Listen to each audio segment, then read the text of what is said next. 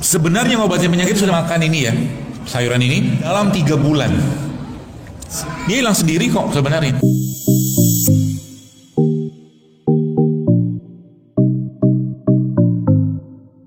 Bagaimana cara Allah memberikan kalau bahasa kutip saya itu spare partnya, bosnya. Maka spare part itu letakkan di sini semua. Ya. Spare part itu ada bawang merah, ada bawang putih, ada cabai, ada daun jeruk kayak begini. Nah, ini dijadikan makanan. Caranya gimana? Nah, kita buat.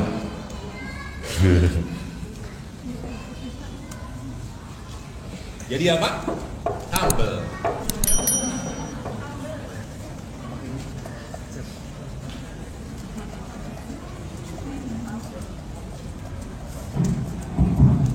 Saya memang suka nyambel, jadi ya gitulah.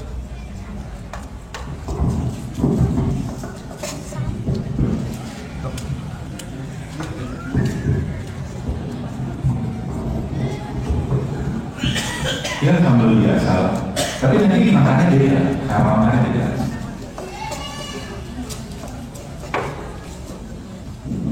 Bawa aja ya.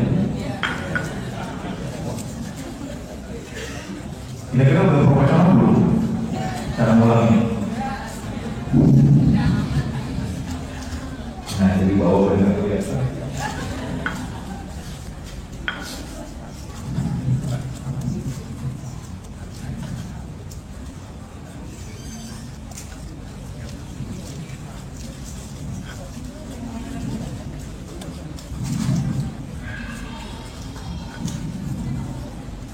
Ibu-ibu mungkin belum tahu ya, bahwa tahu juga. Karena bikin sambal yang enak itu, sambalnya dikasih kurma. Belum tahu ya? Gulanya di kurma. Karena pakai. Nanti cobain rasanya.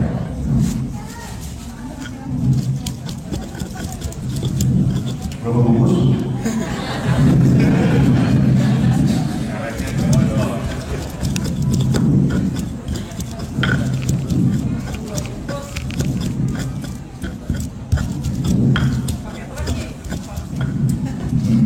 Garam.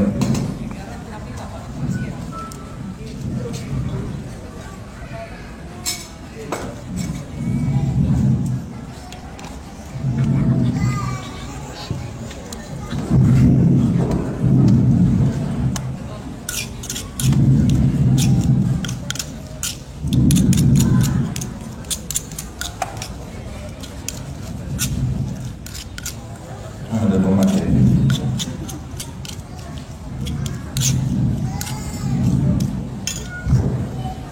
Coba dulu.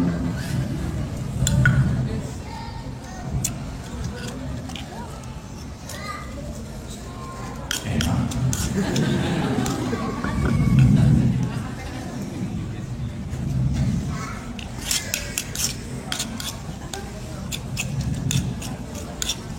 Lulus nih Bu, lulus jadi menantu.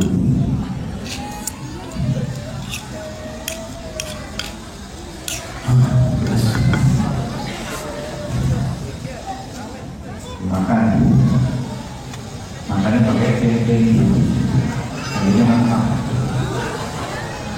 Mantap itu.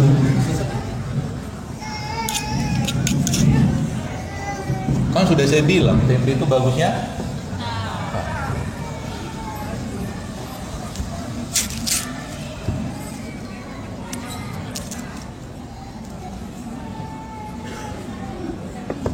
Jangan nyobain makan tempe mentah belum?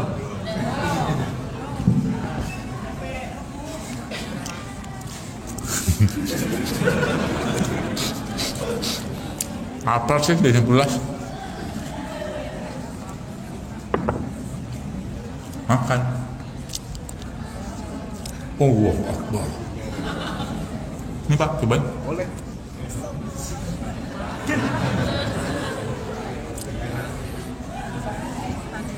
Ini tempenya. Ibu-ibu ada jatah yang lain, tenang aja. Sehat gak? Sehat. Anda dapat protein dan salah satu makanan terbaik yang Indonesia punya namanya apa? Tempe. Kenapa tempe? Udah ngomong ngumpul dia. Kenapa tempe? Karena tempe sebenarnya, kenapa disebut sebagai makanan terbaik? Karena tempe itu, jadi ini ada saya bawa contoh ini, saya bawa contoh namanya kimchi. Kimchi ini sebenarnya asinan, salah satu makanan fermentasi yang enak. Semakin original makanan yang Anda makan, semakin sehat. Jadi kalau mau makan buah itu paling baik dimakan kapan? Saat dipetik dari pohon. Kalau Anda sudah ngerti bahasanya, maka Anda akan mulai mikir, kalau itu enak juga kalau punya rumah yang ada halaman. Gitu? Nah, tinggal di kampungnya dan di Jakarta, susah dari tanah. Kenapa dia bagus? Karena dia fermentasi. Tempe fermentasi nggak? Fermentasi. Jadi kedelai itu tidak boleh dimakan atau jangan terlalu sering makan kedelai kalau seandainya dimakan tiap hari. Kecuali difermentasi. Semua produk yang fermentasi bagus. Termasuk ini kan. Tadi kan. Kita di Indonesia punya apa? Tempe. Nah, pagi boleh minum tisunya nggak? Gitu. Lagi serius mereka. Jadi ini kan buahnya ada kasih enzim lagi di sini. Jeruk. Ini kajian atau dia mau masak? Karena nggak ada usaha yang mau begini. Saya ambil terang.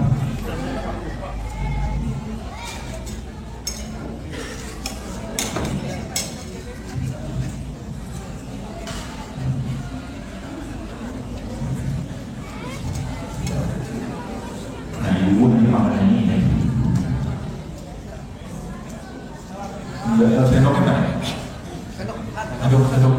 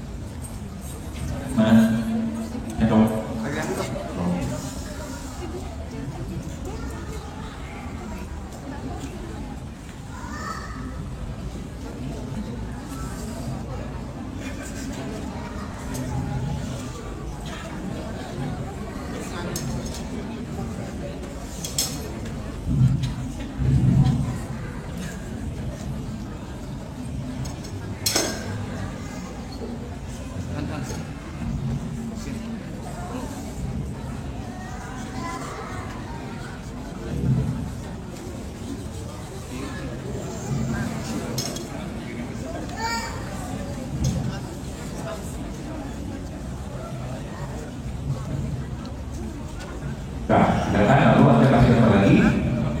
Si madu.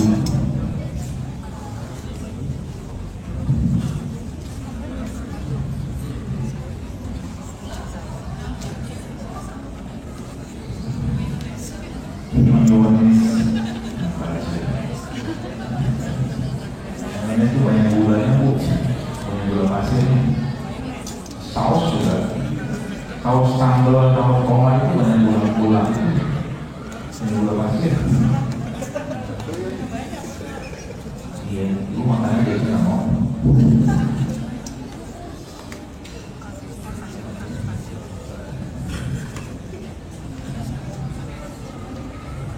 Terus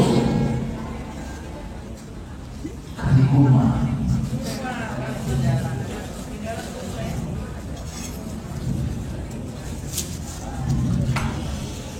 Makan begini boleh banyak-banyak, satu mangkok atau mungkin takaran kampil ditumpuk. Jadi bisa dipotong kalau apa ya.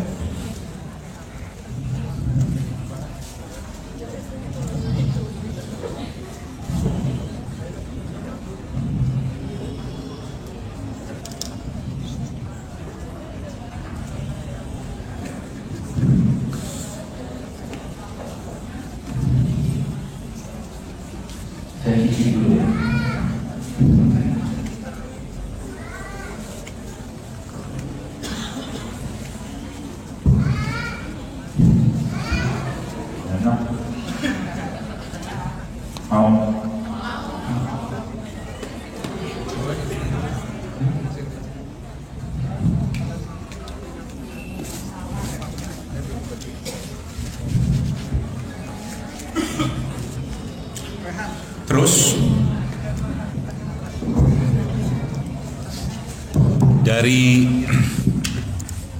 kan gen tadi itu. Tadi kita bicara sempat bahas tentang gen. Gen kita itu bisa diperbaiki nggak? Bisa. Apa atau mungkin bentar, saya coba lihat. Apa yang bisa memperbaiki gen? Ternyata yang paling baik bisa memperbaiki gen itu adalah ini. Sayur.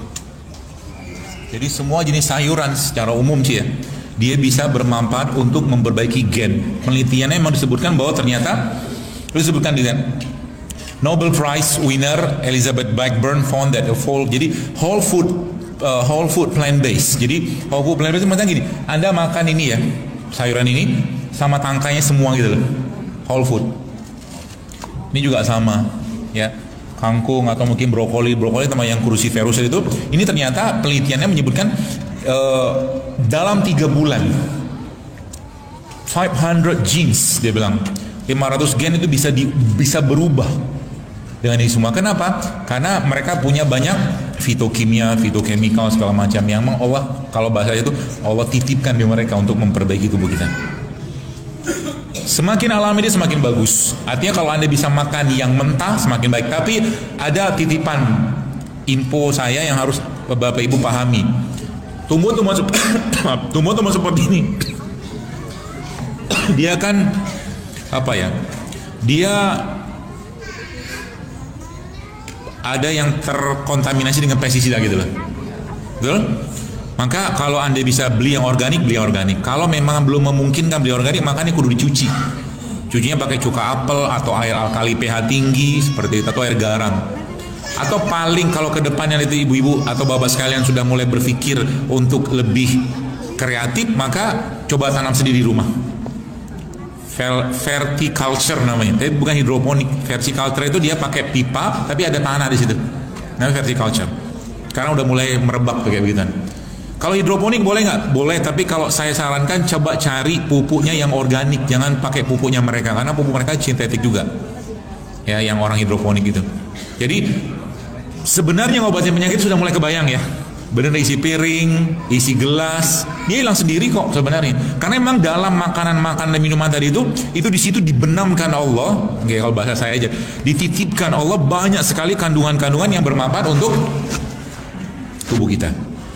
Ya, di mana dia atau mungkin apa tuh namanya ya? Di mana dia atau bagaimana cara membukanya? Jadi gini, sayuran-sayuran seperti ini bos sekalian, manfaatnya kan luar biasa. Tapinya lagi mereka ini harus diapain? Harus dikasih pintu pembukanya. Pintu membukanya dari mana? Rempah. Jadi supaya dia bisa masuk ke dalam, maka pintu pembukanya kalau nggak either rempah, kalau nggak buah. Gitu. Maka Islam mengajarkan memang makan buah itu sebelum makan, bukan sesudah makan. Gitu. Ya. Jadi itu ditambah lagi dengan cara apa? Nih terakhir mungkin. Ditambah lagi dengan cara apa? Mulai sekarang kalau saya boleh saran kepada Bapak Ibu sekalian, mulai sekarang